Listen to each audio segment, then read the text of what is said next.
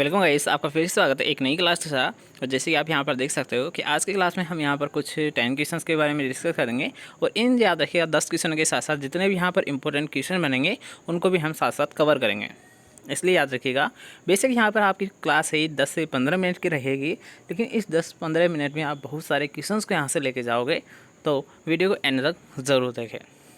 ठीक है, तो चलिए क्लास को स्टार्ट करते हैं। इसके साथ साथ जो भी यहाँ पर नई स्टूडेंट है वो चैनल को सब्सक्राइब जरूर कर ले और पास के बेल आइकन को जरूर दबा दे, ताकि जब भी हमारे कोई क्लासेस लगे तो आपको नोटिफिकेशन साथ मिलते रहे। ठीक है, तो चलिए क्लास को स्टार्ट करते हैं। सबसे पहले याद रखिएगा, आपको बहुत सारे क्वेश्चंस मिल जाएंगे, बहुत सारे आपके पास बुकें होंगी। ठीक है, यहाँ पर वो टारगेट नहीं है, आपको क्वेश्चंस को समझाने का, आपको क्वेश्चन कैसे करना है उस तरीके को आपको समझाने की कोशिश की जाएगी। ठीक है, इसलिए यहाँ पर पहले ही ऑलरेडी मार्क किया हुआ है, जिससे कि आपको कोई कंफ्यूज नहीं रहे। ठीक है, तो याद रखिए धान धान धान। अगर आपको ऐसे क्वेश्चन मिलता है, इसका मतलब क्या है? आप ये तो देख लिए कि मोनोकल्चर है, लेकिन मोनोकल्चर होता क्या है इसको आपको समझना होगा। तो सबसे पहले याद रखिएगा, एक होती है मोनोकल्चर, एक होती है मोनोक्रॉपिंग। दोनों टर्म को एक साथ हम कवर करेंगे। याद रखिएगा, अगर आप एक बार सुन लिए ना अच्छे से तो बिल्कुल आप कर दोगे, कोई दिक्कत नहीं है। ठीक है, तो इसलिए ध्यान से सुनना कि कल्चर आप जाते हो, कल्चर क्या होता है? जैसे कि मान लीजिए कोई जाति है, ठीक है, उनका कल्चर क्या है? जैसे कि डामोर जाति है, अभी उनमें उनके कल्चर में क्या होता है? आपके राजस्थान जी के में चलती है डामोर जाति, तो उनमें क्या है? याद रखिएगा, जो पुरुष है वो भी स्त्रियों की तरह आभूषण पहनते हैं।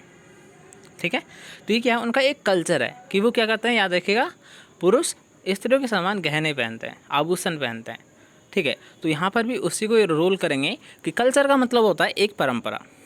अब एक परंपरा है, याद रखिएगा कि यहाँ पर हम बात कर रहे हैं क्षेत्रफल की। एक परंपरा है कि वहाँ पर क्या करते हैं? याद रखिए, आदिवासी लगातार एक ही फसल को लेते हैं, लगातार बार बार, मतलब प्रतिवर्ष क्या करते हैं वो? याद रखिएगा कि एक ही फसल को ले रहे हैं, वो धान को ही ले रहे हैं। एक साल भी, दूसरे साल भी वो धान को ही ले रहे हैं, तीसरे साल भी वो धान को ही ले रहे हैं। मतलब फसल में वो कोई चेंज नहीं कर रहे, बार बार वो केवल धान को ही ले रहे हैं, तो उसे कहते हैं, याद रखिए, मोनोकल्चर। यहाँ पर अगर मैं बात करता हूँ क्रॉपिंग, मतलब मोनोक्रॉपिंग इसे कहते हैं। और मोनोक्रॉपिंग का मतलब होता है, याद रखिएगा, मोनोक्रॉपिंग लिख देता हूँ, एक बार आप समझ जाओ। तो क्रॉपिंग का मतलब होता है, याद रखिएगा, कि एक साल में केवल एक ही फसल लेना, एक साल में केवल एक फसल लेना, तो याद रखिए मोनोक्रॉपिंग कहलाता है। लेकिन कल्चर आप किसे कहोगे? कि जैसे कि मान लीजिए आदिवासी, ठीक है, आदिवासी क्या करते हैं? याद रखिए, जंगलों को जला देते हैं और वहाँ पर क्या करते हैं? बार बार एक ही खेती करते हैं। जैसे कि मान लीजिए धान ले रहा है, वो गेहूँ भी हो सकता है, वो धान भी हो सकता है, वो कोई सी फसल होती है। लेकिन यहाँ पर हम बात कर रहे हैं, वो प्रतिवर्ष क्या करते हैं? केवल एक ही फसल लेते हैं, तो उसे कहते हैं मोनोकल्चर। और मोनोक्रॉपिंग का मतलब होता है एक साल में केवल एक फसल को लेना। अब फसल बदल सकती है यहाँ पर, बस साल में केवल एक ही फसल लेगा, तो इसे कहेंगे मोनोक्रॉपिंग। आई थिंक आप समझ गए होंगे। अगर नहीं समझे हो तो दोबारा से एक बार वीडियो को, क्लास को स्टार्ट कर लेना, आपको समझ आ जाएगा। ठीक है, नेक्स्ट क्वेश्चन यहाँ पर बात करूँगा कि शरदकालीन गन्ना और आलू एक अच्छा उदाहरण है। काफ़ी इंपॉर्टेंट क्वेश्चन यहाँ से बनता है। अब यहाँ पर हिंदी तो मैं आपको नहीं बता रहा, क्योंकि इसमें आप कंफ्यूज हो सकते हो। बस आप ये याद रखना कि गन्ना और आलू को लगाना, गन्ना और आलू को जब एक साथ लगाया जाता है तो इसे कहते हैं हम सिनर्जेटिक। इसे हम बोलते हैं सिनर्जेटिक क्रॉपिंग। क्या बोलते हैं? सिनर्जेटिक क्रॉपिंग बोलते हैं। गन्ना और आलू को एक साथ खेती करना सिनर्जेटिक क्रॉपिंग कहलाती है। हिंदी बेशक आप देख सकते हो यहाँ पर कि सहक्रियावादी सस्यन। क्या कहते हैं इसे? सिनर्जेटिक या सहक्रियावादी सस्यन कहते हैं। ठीक है, याद रहेगा। नेक्स्ट क्वेश्चन की यहाँ पर बात करेंगे, जिसमें आपको पूछा गया है कि खेती के किस प्रणाली का उद्देश्य अनुसंधान करना है, तो वो होती है राजकीय। मतलब एक तरीके से आप मान सकते हो गवर्नमेंट, जो कि उसके अधीनस्थ में किया जाता है या फिर उनके अधिकारों के अकॉर्डिंग किया जाता है, वही क्या करता है इसमें गवर्नमेंट ही क्या करती है? याद रखिएगा, किसानों को क्या करती है? खाद बीज वगैरह देती है। बस उनको क्या करना है, इसमें किसानों को उनको उत्पादन लेके सरकार को देना रहता है। बाकी सब कुछ जो लागत है वो केवल सरकार देती है। बस करना है खेती में जो काम वो किसान करते हैं ओनली। ठीक है, इसके मुआवजे वो देते हैं किसानों को, कुछ यहाँ पर फिक्स रहता है। जैसे कि आप एक ऐसे मान सकते हो ठेकेदार क्या करता है? याद रखिएगा, वो ठेके पे देता है। तो उसी टाइम यहाँ पर गवर्नमेंट जो राज की खेती है उसमें क्या करता है कि जितनी भी उसमें लागत आती है खेत में, वो सब कुछ गवर्नमेंट देगी। ठीक है, बस किसान को वहाँ प्रोडक्शन लेकर उस खेती को सरकार को देना रहता है। उसके मुआवजे में वो 20% 30% कितना भी देती है वो किसानों को दे देती है। ठीक है, चलिए समझ गए होंगे। आगे बढ़ते हैं। आगे क्वेश्चन आपको पूछा गया मध्य रेंज मौसम पूर्वानुमान की कितनी अवधि रहती है। तो याद रखिए मध्यम, यहाँ पर हम बात कर रहे हैं मध्यम, तो मध्यम का मतलब होता है याद रखिएगा मीडियम। सबसे पहले याद रखिएगा ये 4 प्रकार की होती है। एक होती है नाउ कास्टिंग, एक होती है शॉर्ट ड्यूरेशन मतलब मध्यकालीन, एक होती है मध्यमकालीन मीडियम जिसे हम बोलते हैं, एक होती है लॉन्ग। ये होते हैं फोरकास्टिंग के प्रकार। नाउ कास्टिंग का मतलब याद रखिए 1 दिन या 24 घंटे के लिए जो पूर्वानुमान लगाया जाता है उसे हम बोलते हैं नाउ कास्टिंग। शॉर्ट ड्यूरेशन क्या होती है, 1 से 3 दिन के लिए जो भविष्यवाणी की जाती है उसे कहते हैं शॉर्ट ड्यूरेशन। मीडियम ड्यूरेशन किसे कहते हैं, जिसमें याद रखिए 3 से 10 दिन की भविष्यवाणी की जाती है उसे कहते हैं मीडियम। और लॉन्ग किसे कहते हैं, जिसमें याद रखिए 10 दिन से अधिक दिनों की भविष्यवाणी की जाती है उसे कहते हैं लॉन्ग फोरकास्टिंग। याद रहेगा नाउ कास्टिंग में केवल 1 दिन या 24 घंटे की भविष्यवाणी की जाती है, शॉर्ट में 1 से 3 दिन की, मीडियम में 3 से 10 दिन की और लॉन्ग में 10 दिन से अधिक दिनों की भविष्यवाणी की जाती है।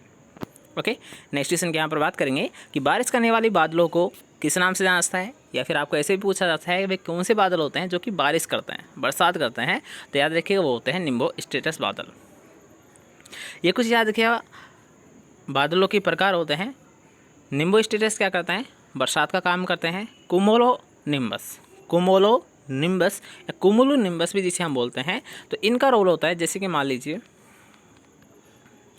मैं तो यहाँ पर कुमुलो निम्बस, वैसे याद रखिएगा कि कुमुलो निम्बस है, ये क्या करता है याद रखिएगा जो भारी तूफान आता है, या फिर आप ऐसे मान सकते हो कि जो भारी बरसात होती है, एक तो नॉर्मल वर्षा है, ठीक है, तो नॉर्मल वर्षा याद रखिएगा निम्बो स्टेटस के द्वारा होती है, लेकिन जो एक याद रखिएगा तीव्र तूफान टाइप में होती है, एक भारी वर्षा होती है, वो किसके द्वारा होती है, कुमुलो निम्बस बादलों के द्वारा होती है। किसके द्वारा होती है, कुमुलो निम्बस बादलों के द्वारा होती है। और यहाँ पर हमारा बच जाता है एक प्रकार का सिरस। ये सिरस क्या होता है, याद रखिए ये जो बादल होते हैं सबसे ऊपर पाए जाते हैं, मतलब इनसे कोई बरसात नहीं होती है।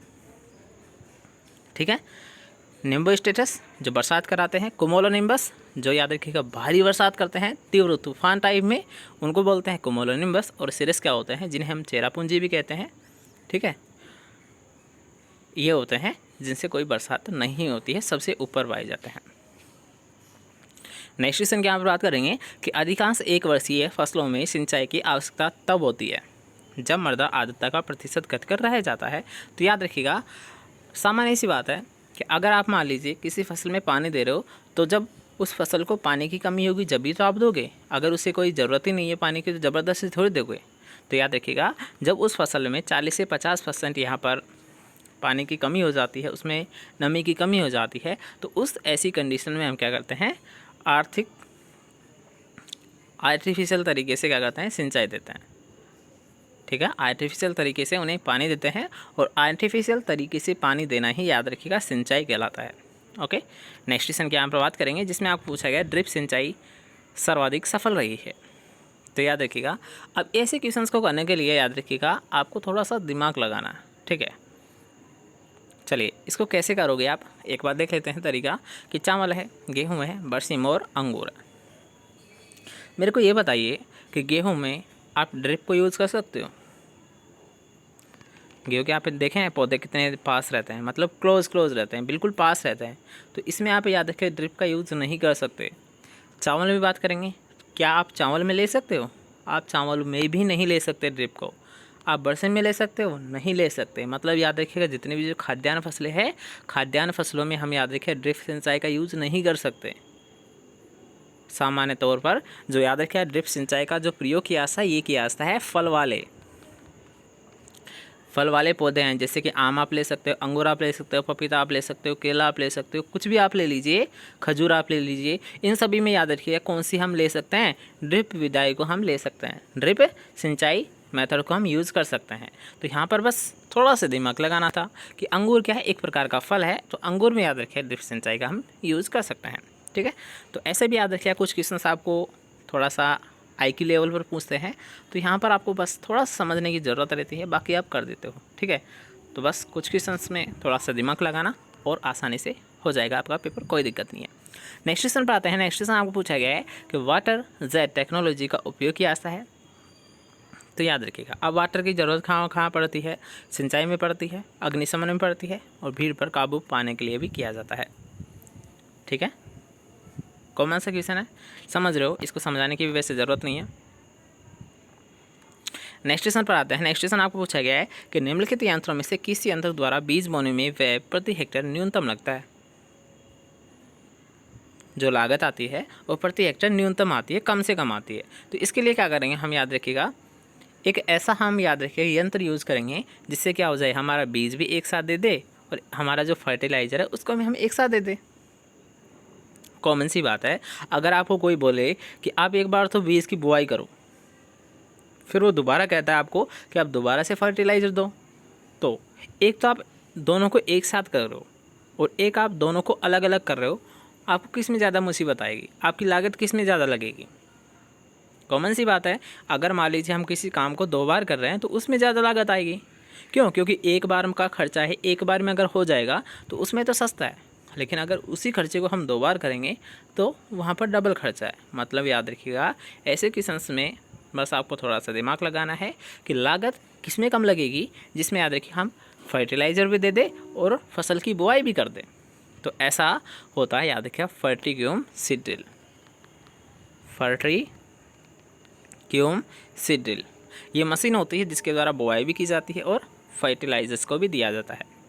इसलिए जो सबसे कम लागत आती है वो फर्टिक्यूम सीड ड्रिल में ही की जाती है। नेक्स्ट क्वेश्चन की यहाँ पर बात करेंगे, जिसमें आपको पूछा गया है कि जब मुख्य फसल के साथ बिना बुआई के उसी ऋतु की फसल के पौधे उग जाते हैं तो उसे क्या कहते हैं। सिंपल सी बात बता रहा हूँ, ठीक है। यहाँ पर याद रखना कि अगर मान लीजिए खरपतवार, एक होते हैं सापेक्ष, एक होते हैं निरपेक्ष। तो निरपेक्ष का मतलब क्या होता है, सापेक्ष का मतलब क्या होता है। सापेक्ष का मतलब आप यहाँ पर देख सकते हो, मतलब एक फसल में दूसरी फसल का अगर पौधा आ रहा है, एक फसल में अगर दूसरी फसल का पौधा अगर आपको दिखाई दे रहा है तो वो एक तरह का खरपतवार है। और वो किस प्रकार का खरपतवार है, वो होता है सापेक्ष खरपतवार, जिसे हम बोलते हैं रिलेटेड